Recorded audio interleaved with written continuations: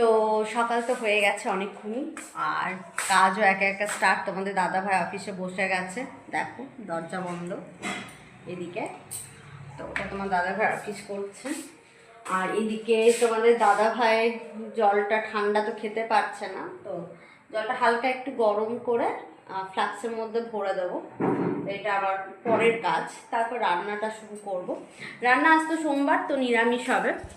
আর এদিকে হচ্ছে গিয়ে আমি এখন অনেকক্ষণ হলো চিরুনগুলো গরম জলে ভিজিয়ে রেখেছি, কারণ একটু নোংরা হয়েছে।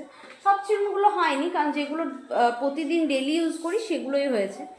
তো ওই জন্য চিরুনগুলো গরম জলে ভিজিয়ে রেখেছি, যাতে নোংরাটা হালকা মানে আর কি একটু হালকা হয়। তো তারপর পরিষ্কার করে দেখাবো তোমাদেরকে। এখন দেখো চিরুনগুলোর অবস্থা আছে এই নোংরা। এইগুলো কতটা কি পরিষ্কার করতে পেরেছি পরে তোমাদের দেখাও।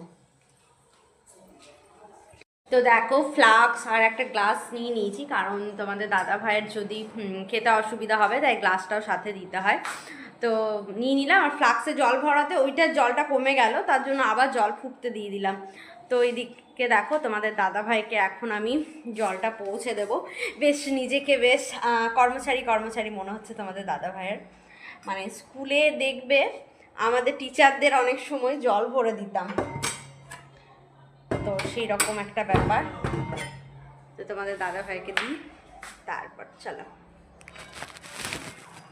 তো দেখো অফিসার বাবুকে দিয়ে দিয়েছি জল আর গ্লাস। খাও জল, টাটা।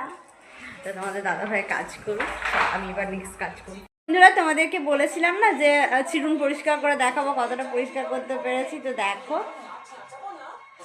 পরিষ্কার করতে পেরেছি, আমি চকচক করছে। আর দেখবে পরিষ্কার জিনিস ইউজ করতে খুব ভালো লাগে। তো চলো।